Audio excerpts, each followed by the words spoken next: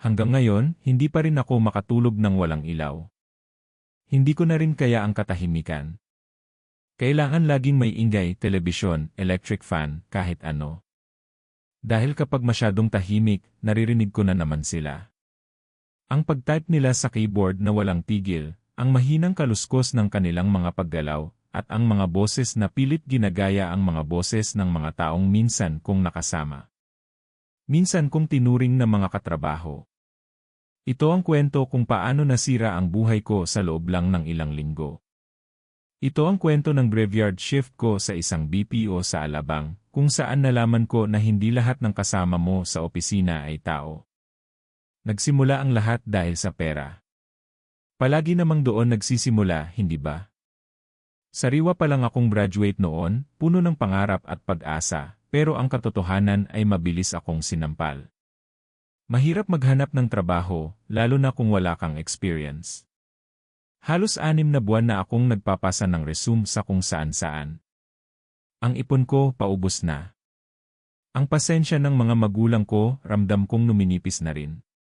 Kaya nang may tumawag sa akin na BPO company mula sa Alabang, para akong nabunutan ng tinik. Isang malaking kumpanya, kilala sa industriya. At ang offer, para sa isang baguhan na tulad ko, ay higit pa sa inaasahan ko. May isang catch, syempre. Graveyard shift. At para sa isang bagong account na highly confidential daw. Para sa akin, walang problema. Ang mahalaga ay may trabaho na ako. May sahod. Makakatulong na ako sa bahay. Kaya tinanggap ko agad. Ang training, ginanap sa main building nila sa Northgate. Maayos naman. 10 kaming batchmates. Masaya, magulo, tipikal na samahan ng mga bagong empleyado. Dito ko nakilala si Ana. Siya ang una kong naging kaibigan. Pareho kaming galing sa probinsya, parehong nangangarap na umasenso sa Maynila. Magaan siyang kasama, laging nakatawa, at siya ang nagpalakas ng loob ko sa mga panahong gusto ko nang sumuko sa training. Kaya natin to, Marco, lagi niyang sinasabi sa akin, sabay tapik sa balikat. Isipin mo na lang yung unang sahod.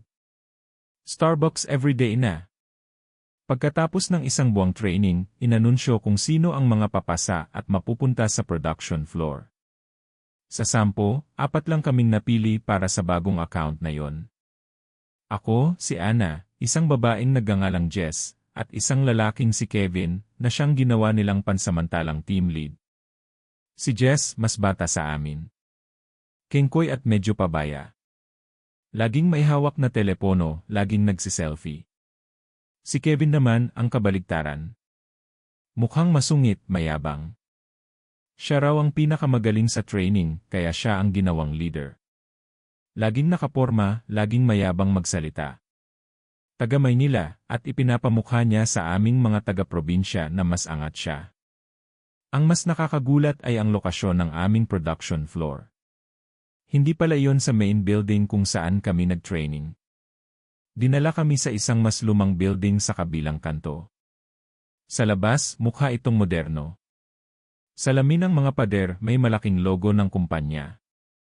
Pero nang pumasok kami, ibang-iba ang pakiramdam. Malamig. Masyadong malamig. Yung lamig na hindi galing sa aircon. Yung lamig na kumakapit sa buto. Sinamahan kami ng isang human resources representative sa 14 na palapag. Habang paakyat kami sa elevator, napansin kong kami lang ang nandoon. Walang ibang empleyado.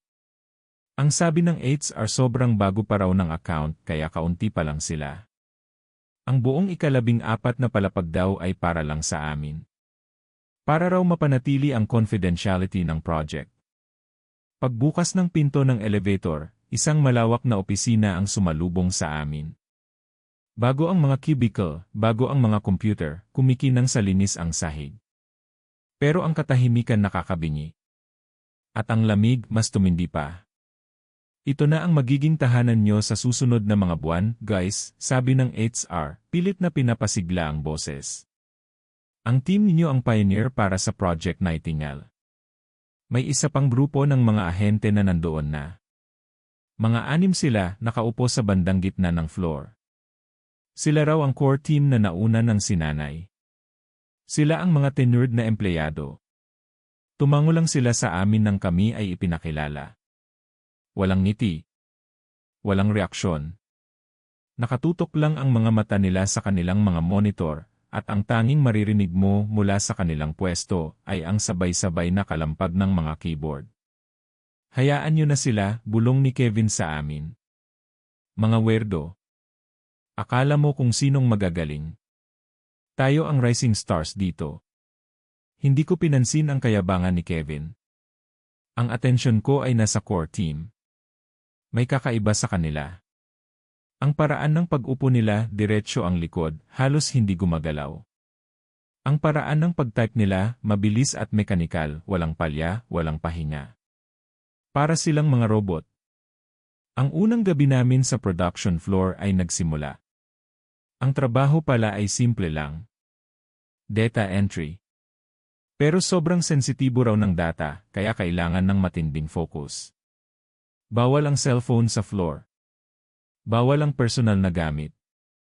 Lahat ng kailangan namin ay nandoon na. Habang nagtatype ako, hindi ko maiwasang sumulyap sa core team. Sa loob ng 2 oras, ni isa sa kanila ay hindi tumayo, hindi uminom ng tubig, hindi nag-inat. Nakatitig lang sila sa screen. Para bang nakaprograma. Ang weird nila, no, bulong ni Ana mula sa cubicle sa tabi ko. Oo nga, sagot ko. Parang hindi napapagod. Hayaan mo na, sabi niya. Baka ganyan talaga kapag tenured ka na. Super focused. Sinubukan kong ibaling ang aking atensyon sa trabaho. Kailangan kong mag-perform ng maayos. Ito na yung chance ko. Pero may isang pakiramdam sa loob ko na hindi mapakali. Isang pakiramdam na may mali. May mali sa lugar na ito. Unang break time. 10 minuto. Tumayo kaming 4. Si Kevin, si Jess, si Ana, at ako. Nagtungo kami sa pantry. Ang core team, hindi man lang gumalaw sa kanilang mga upuan. Hindi ba sila magbe-break? Tanong ni Jess. Baka mamaya pa. O baka hindi na. Mga robot yata yan, pabirong sabi ni Kevin. Mas maganda nga yan. Mas mataas ang stats nila, mas malaki ang bonus ng buong team. Huwag na kayong maingay. Habang nagtitimpla ako ng kape, napatingin ako sa labas ng bintana ng pantry. Kitang-kita ang mga ilaw ng alabang. Ang mga sasakyan na dumadaan sa Skyway. Isang normal na gabi sa isang abalang syudad. Pero sa loob ng 14 na palapag na ito, parang nasa ibang mundo kami. Isang malamig at tahimik na mundo. Bumalik kami sa aming mga pwesto. Sa pagdaan ko sa likod ng core team, may naamoy ako. Isang amoy na pamilyar pero hindi ko matukoy kung saan ko naamoy. Amoy lupa. Basang lupa. Yung amoy pagkatapos ng malakas na ulan sa probinsya. Pero impossible. Naka-aircon kami sa 14 na palapag ng isang modernong building. Saan manggagaling ang amoy na yon? Ipinagsawalang bahala ko na lang. Baka guni-guni ko lang. Baka dala ng pagod at puyat. Ang unang paramdam na hindi ko na makakalimutan ay nangyari noong 3 gabi namin. System error. Down ang lahat ng aming tools. Ayon kay Kevin, nangyayari daw talaga yon minsan, lalo na sa mga bagong account. So, para kaming mga tanga na nakaupo lang at naghihintay. Dahil sa sobrang bored, naglabas ng cellphone si Jess. Picture tayo, guys. First week natin. Bawal yan, Jess. Baka mahuli tayo, saway ni Ana. Wala namang nakatingin. Yung mga robot doon, parang mga estatwa, sabi ni Jess, itinuturo ang core team. Pumayag na rin kami. Nag-ipon kami sa cubicle ni Ana para sa isang group selfie. Pagkatapos ng ilang kuha, ibinaba ni Jess ang telepono niya sa kanyang table. Sa sobrang kalikutan, nasagi niya ito at nahulog sa sahig. Gumulong ito papunta sa ilalim ng mga cubicle ng core team. Hala, patay, sabi ni Jess. Ang layo. Kunin mo na. Bilis, utos ni Kevin. Tumayo si Jess at dahan-dahang naglakad papunta sa pwesto ng core team. Yumuko siya para silipin ang ilalim ng table. Nakita naming lahat kung paano siya natigilan. Nanlaki ang mga mata niya. Jess! Anong problema? Tanong ko. Hindi siya sumagot. Dahan-dahan siyang umatras, ang mukha ay putlang-putla. Bumalik siya sa pwesto namin, nanginginig. Anong nakita mo? Tanong ni Ana, hinawakan ang braso ni Jess. Yumeling si Jess. O wala. Nakita ko lang yung phone ko. Itinuro niya. Ang cellphone niya ay nakapatong na ulit sa table niya. Sinong nagbalik niyan? Nagkatinginan kaming lahat. Walang sinuman sa amin ang tumayo. At sigurado kami, walang sinuman sa core team ang gumalaw. Baka naman hindi nahulog ng malayo. Baka gumulong lang pabalik, sabi ni Kevin, pilit na naghahanap ng lohikal na paliwanag. Pero alam naming lahat na malayo ang pinaggulungan nito. Imposibleng bumalik iyon ng kusa. Kinuha ni Jess ang cellphone niya. Tiningnan niya ang screen. At doon, nakita naming lahat. May basag. Isang maliit na basag na parang gagamba sa gilid ng screen. At may naiwang marka sa screen. Isang marka ng daliri na medyo mahaba at payat. At malamig. Sobrang lamig ng telepono para itong nanggaling sa freezer. Bago to, sabi ni Jess, nanginginig ang boses. Wala tong basag kanina. Huwag kang ang praning, Jess, sabi ni Kevin, pero halata sa boses niya na kinakabahan na rin siya. Baka nabasag noong nahulog. Normal yan. Hindi na kami nakapagsalita. Sakto namang bumalik ang system. Nag-announce si Kevin na back to work na. Pero sa buong magdamag na yon, hindi na maalis sa isip ko ang nangyari. Ang cellphone na kusang bumalik. Ang basag. Ang malamig na marka ng daliri. At ang core team, patuloy lang sa pagtatype. Walang inik. Walang emosyon. Para bang walang nangyari. Kinabukasan, sinubukan naming maging normal. Nagbibiruan pa rin kami sa pantry. Pero may nagbago na. May tensyon na sa pagitan naming apat. Si Jess, hindi na kasing likot. Palagi na siyang tahimik at nakatingin sa core team. Si Ana, pilit na nagiging masayahin, pero nakikita ko sa mga mata niya ang takot. Ako naman, mas naging mapagmasid. Pinakikiramdaman ko ang bawat galaw, bawat tunog sa paligid. Si Kevin lang ang tila hindi apektado. O pilit na hindi nagpapaapekto. Guni-guni niyo lang yan, sabi niya. Stress lang yan. First job niyo kasi. Mag-focus na lang kayo sa trabaho. Isang gabi, habang pauwi na kami, sumabay ako kay Ana sa elevator. Marco, natatakot na ako, pag-amin niya ng kami na lang dalawa. Ako rin, Ana. May mali talaga dito. Napansin mo ba yung mga paa nila? Tanong niya. Anong paa? Kanina, kunwari may pinulot ako sa sahig para silipin sila sa ilalim ng table, kwento niya. Marco, yung mga sapatos nila sobrang linis. Walang alikabok, walang gasgas. Para bang hindi pa nagagamit. At yung sahig sa ilalim ng mga upuan nila, sobrang dumi. Puno ng lupa at tuyong dahon. Natigilan ako. Naalala ko yung amoy na naamoy ko noong unang gabi. Amoy basang lupa. Kailangan nating mag-ingat, Ana, sabi ko. Anong gagawin natin?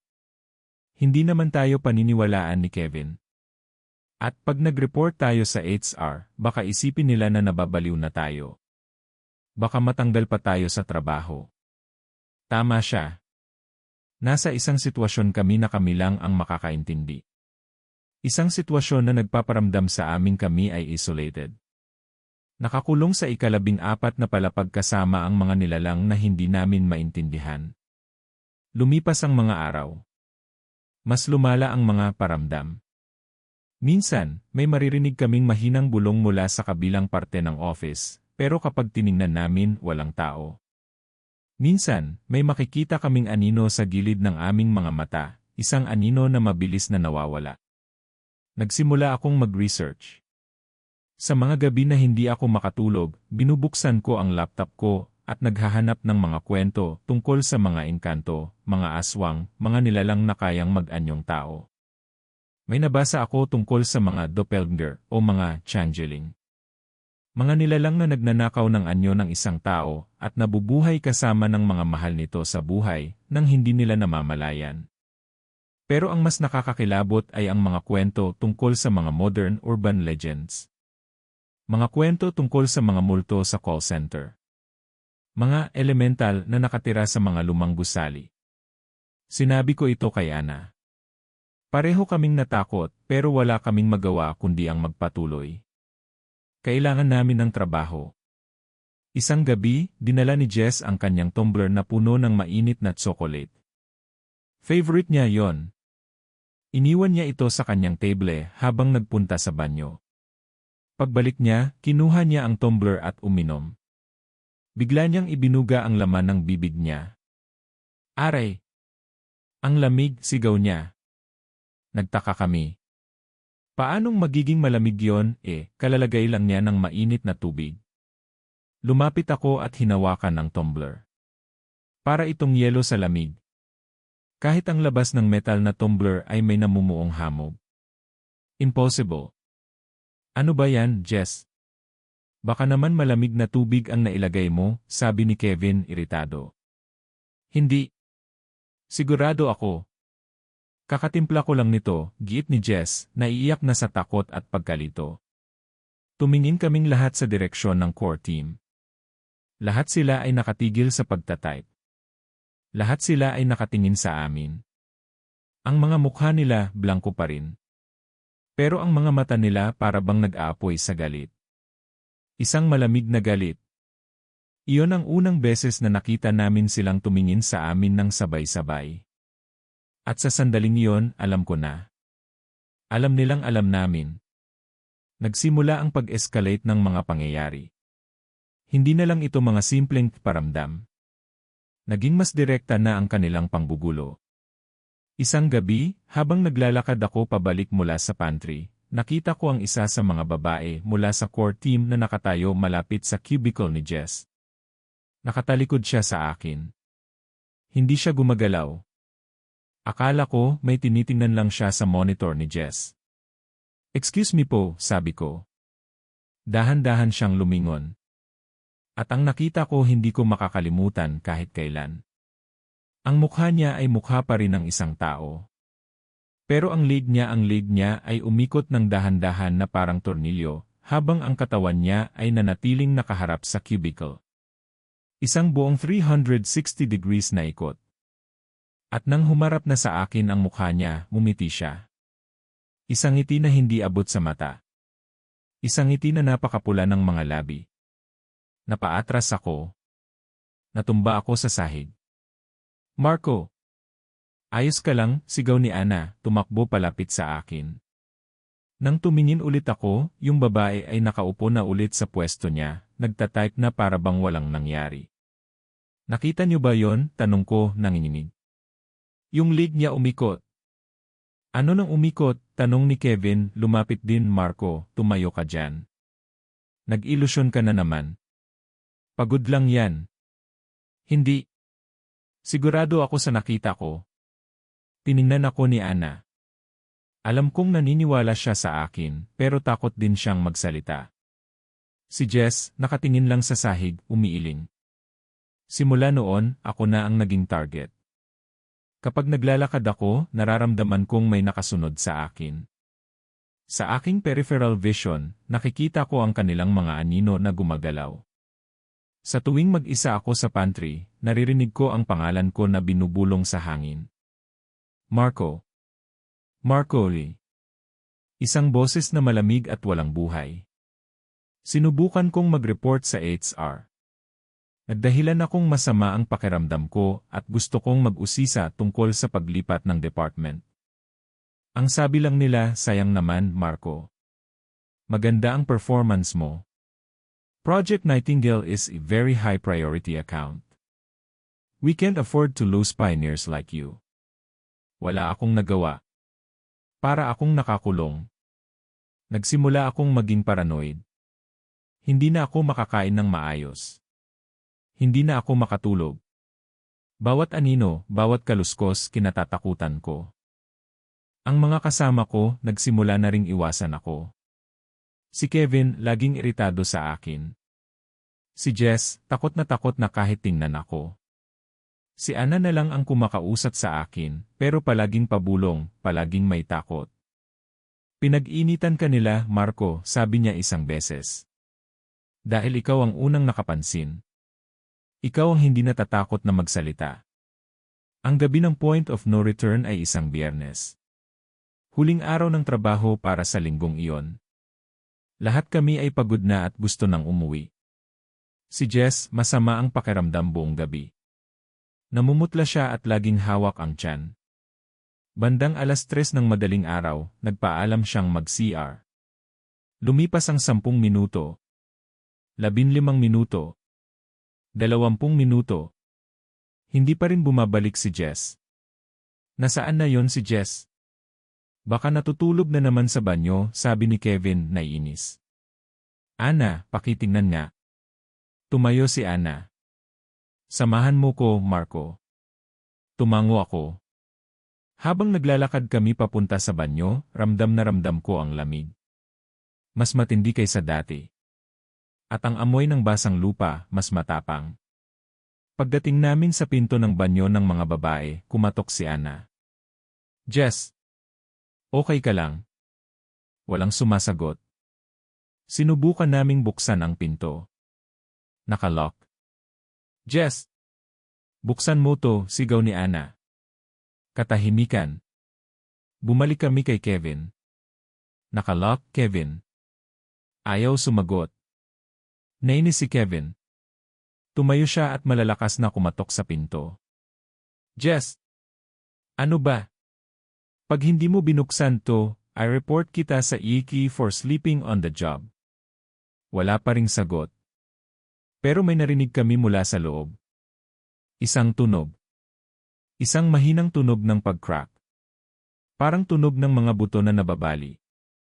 Nagkatinginan kami, ang mga mukha namin ay puno ng takot. Humanap tayo ng paraan para buksan to, sabi ni Kevin, ang boses niya ay nanginginig na sa unang pagkakataon. Sinubukan naming sipain ang pinto, pero sobrang tibay. Hanggang sa narinig namin ang tunog ng lock na dahan-dahang bumubukas. Click! Dahan-dahang bumukas ang pinto. Ang banyo madilim. Ang mga ilaw ay patay. Tanging ang liwanag mula sa office floor ang nagbibigay ng kaunting ilaw. Jess, mahinang tawag ko. At doon, mula sa kadiliman ng huling cubicle, may lumabas. Si Jess. Pero hindi siya si Jess. Nakatayo siya doon, nakasuot pa rin ng kanyang damit. Pero ang postura niya mali. Ang paraan ng pagtayo niya ay parang sa isang manika na hindi maayos ang pagkakatayo. Ang kanyang mga braso ay nakabitin sa gilid sa isang anggulo na hindi natural. Jess, anong nangyari sa'yo? Pinag-alala mo kami, sabi ni Kevin, pilit na pinapakita na hindi siya takot. Dahan-dahang itinaas ng Jess ang kanyang ulo. Ang kanyang mukha ay si Jess, pero ang mga mata niya walang buhay. Blanko. Itim na butas sa gitna ng kadiliman. At mumiti siya. Isang ngiti na napakalawak, mas malawak kaysa sa normal na kayang gawin ng isang tao. Ang mga gilid ng kanyang bibig ay umabot hanggang sa malapit sa kanyang mga tainga. At sa pagngiti niya, narinig namin ulit ang mahinang crack ng mga buto. Okay lang ako, sabi ng Jess. Ang boses ay boses ni Jess, pero mali ang tono. Walang emosyon. Mekanikal. Medyo inayos ko lang ang sarili ko. Napaatras kaming tatlo. Ang takot ay parang malamig na tubig na bumuhos sa aming mga katawan. Sa sandaling iyon, ang lahat ng ilaw sa 14 na palapag ay namatay. Kadiliman. Total na kadiliman. Ang tanging maririnig ay ang aming mga hininga na puno ng takot. At pagkatapos, ang tunog. Ang tunog na hindi ko makakalimutan. Ang sabay-sabay na pagtayo ng core team mula sa kanilang mga upuan. Ang tunog ng 6 na upuan na gumagalaw. Ang tunog ng 6 na pares ng paa na nagsisimulang maglakad sa sahig. Papalapit sa amin. Takbo, sigaw ni Kevin. Nagsimula kaming magkanya-kanyang takbo sa dilim. Hindi namin alam kung saan kami pupunta. Naririnig ko ang sigaw ni Ana sa di kalayuan. Naririnig ko ang pagmumura ni Kevin. At naririnig ko sila. Ang kanilang mga yapak, mabilis at hindi regular. Ang kanilang mga paghinga na parang mga bulok na hangin. At ang mga tunog. Mga tunog ng mga buto na nagka-crack, mga kasukasuan na tumutunog. Nagtago ako sa ilalim ng isang mesa. Pinipigilan ko ang aking paghinga. Ang puso ko ay parang lalabas sa aking dibdib. Maya-maya, ang emergency lights ay sumindi. Isang kulay pula at dim na ilaw ang nagbigay liwanag sa buong floor. At ang nakita ko ay isang eksena mula sa isang bangungot. Ang core team, hindi na sila mukhang tao. Ang kanilang mga katawan ay baluktot at mahahaba. Ang kanilang mga braso at binti ay umaabot sa sahig, ginagamit nila para gumapang ng mabilis. Ang kanilang mga mukha, parang lastiko na binanat. Ang mga bibig nila ay nakabukas ng malapad, puno ng mga ngipin na hindi pang tao. At ang kanilang mga mata ay nagliliwanag na pula sa dilim. Sila ay mga mimik. Mga nilalang na gumagaya. At ngayon, hindi na nila kailangang magpanggap. Nakita ko si Kevin, nakasandal sa pader, hawak ang isang fire extinguisher. Ang mukha niya ay puno ng pawis at takot. Mga demonyo kayo, sigaw niya. Ang jesting ay gumapang palapit sa kanya, ang ulo ay umiikot-ikot habang gumagalaw. Nakita ko si Ana, nagtatago sa likod ng isang malaking kabinet. Nagtama ang aming mga mata. Pareho naming alam na ito na ang katapusan. Nagsimula ang gabi ng aming pagtakas. Ang buong 14 na palapag ay naging isang hunting ground. At kami ang mga biktima. Kailangan nating makarating sa elevator o sa fire exit, sigaw ni Kevin. Pero hinarangan na nila ang mga daan. Gumagapang sila sa mga pader sa kisam. Ang bilis nilang gumalaw. Isa sa kanila, yung lalaking laging nakaupo sa dulo, ay biglang tumalon mula sa kisam papunta kay Kevin. Sinubukan ni Kevin na paluin ito ng fire extinguisher, pero nahuli ng nilalang ang kanyang braso. Narinig namin ang malakas na tunog ng buto na nabali. Sumigaw si Kevin sa sakit. Ana! Marco! Takbo, sigaw niya, bago siya kinaladkad ng nilalang papunta sa kadiliman. Narinig namin ang kanyang mga hiyaw na puno ng paghihirap at pagkatapos katahimikan. Kami na lang ni Ana ang natitira. Magkahawak kamay kami habang tumatakbo. Saan tayo pupunta? Tanong niya, umiiyak. Hindi ko alam. Kailangan nating makahanap ng paraan. Naalala ko ang isang bagay na sinabi sa amin noong orientation. Ang building daw ay may state-of-the-art fire alarm system. Isang pindutan lang at ang buong building ay mag-alarm. Mga sirena. Mga strobe lights. Ana, yung fire alarm, sabi ko. Nasa tabi ng elevator. Pero paano tayo makakapunta doon? Ang mga nilalang ay nasa pagitan namin at ng elevator. Para silang mga gagamba na nag-aabang. Kailangan nating gumawa ng diversion, sabi ko. Nakakita ako ng isang computer tower sa sahig. Binuhat ko ito. Ana, kapag inihagis ko to, tumakbo ka papunta sa fire alarm. Huwag kang lilingon. Huwag kang hihinto. Naiintindihan mo? Tumango siya, ang mga luha ay patuloy na dumadaloy sa kanyang mga pisngi. Paano ka? Susunod ako. Pangako. Huminga ako ng malalim. Handa ka na? Tumango ulit siya. 1, 2, 3. Ngayon, ibinato ko ang computer tower sa kabilang direksyon. Gumawa ito ng malakas na ingay nang bumagsak ito. Ang mga nilalang lumingon lahat sa direksyon ng ingay. Takbo, Ana! Tumakbo si Ana. Tumakbo siya na parang wala nang bukas. Sumunod ako sa kanya pero mas mabagal ako. Malapit na si Ana sa fire alarm. Ilang hakbang na lang. Pero ang Jestane mas mabilis.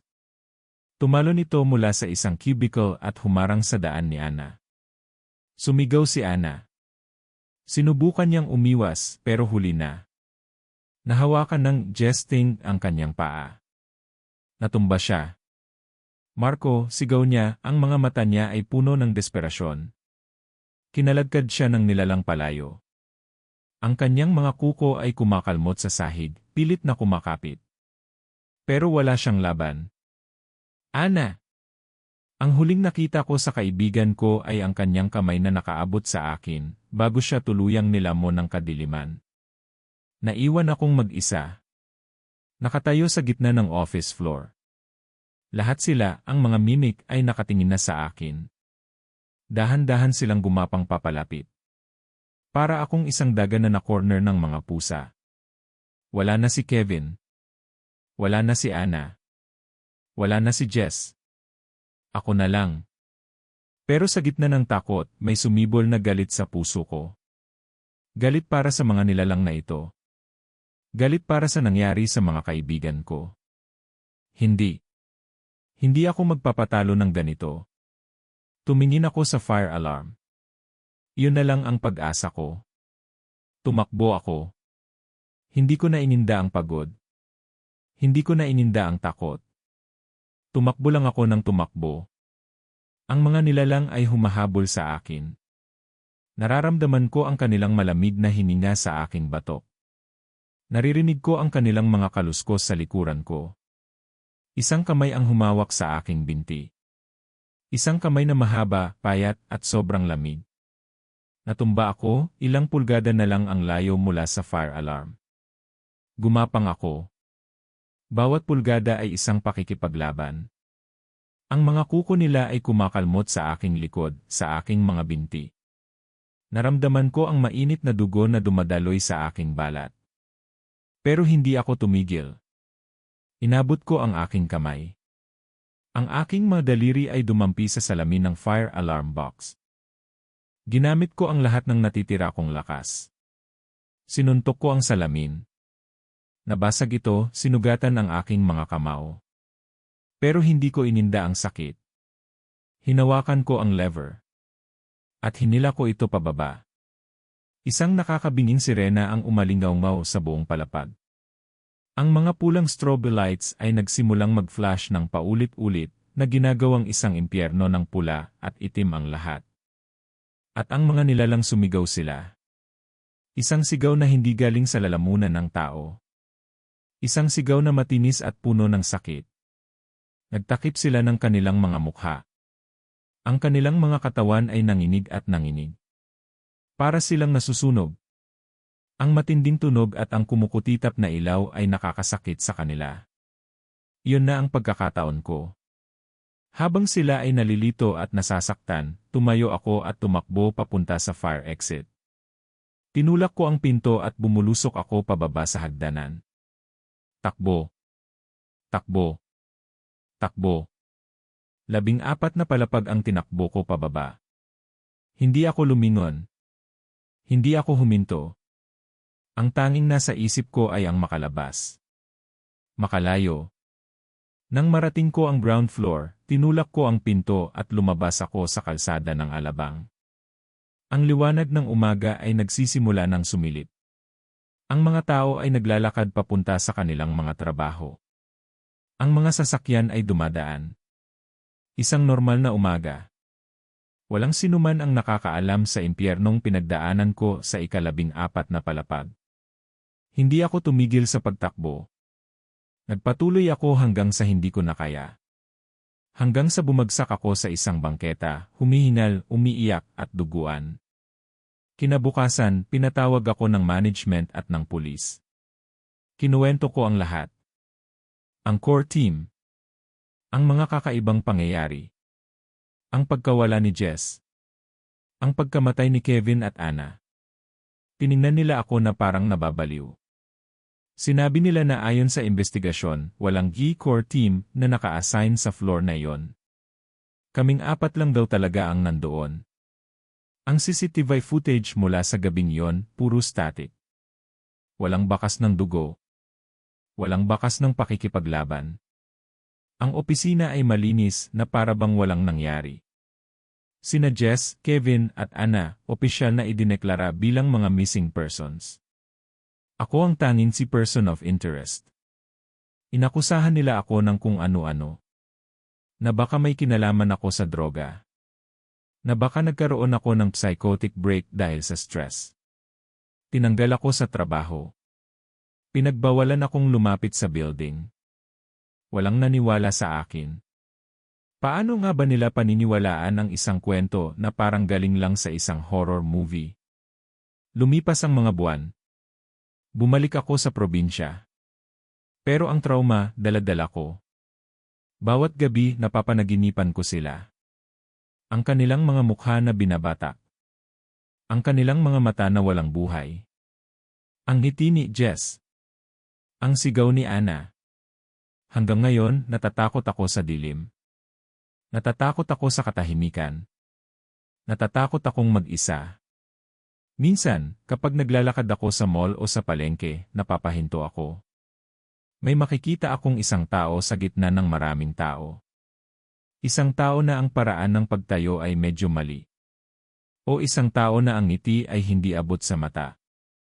At sa mga sandaling iyon, naninikip ang dibdib ko. Dahil alam kong nagkalat lang sila sa mundo. Nag-aabang. Naghahanap ng bagong anyo na gagayahin.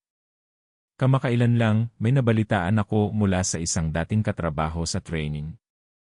Ang BPO company daw sa Alabang ay nag-hire na naman ng mga bagong ahente. Isang bagong batch ng mga fresh graduates na puno ng pangarap.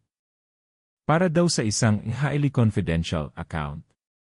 Sa ika-14 na palapag ng parehong lumang building. Project Nightingale. At alam ko, sa isang malamig at tahimik na opisina sa Alabang, may 6 na tenured employees na naghihintay sa kanila. Nakaupo ng diretsyo. Nagtatype ng walang tigil. Nag-aabang ng mga bago nilang magiging katrabaho. Hindi. Hindi tao ang mga katrabaho ko. At hanggang ngayon, binabagabag ako ng tanong na ito, ilan na kaya sila? Sino na kaya ang mga bago nilang anyo?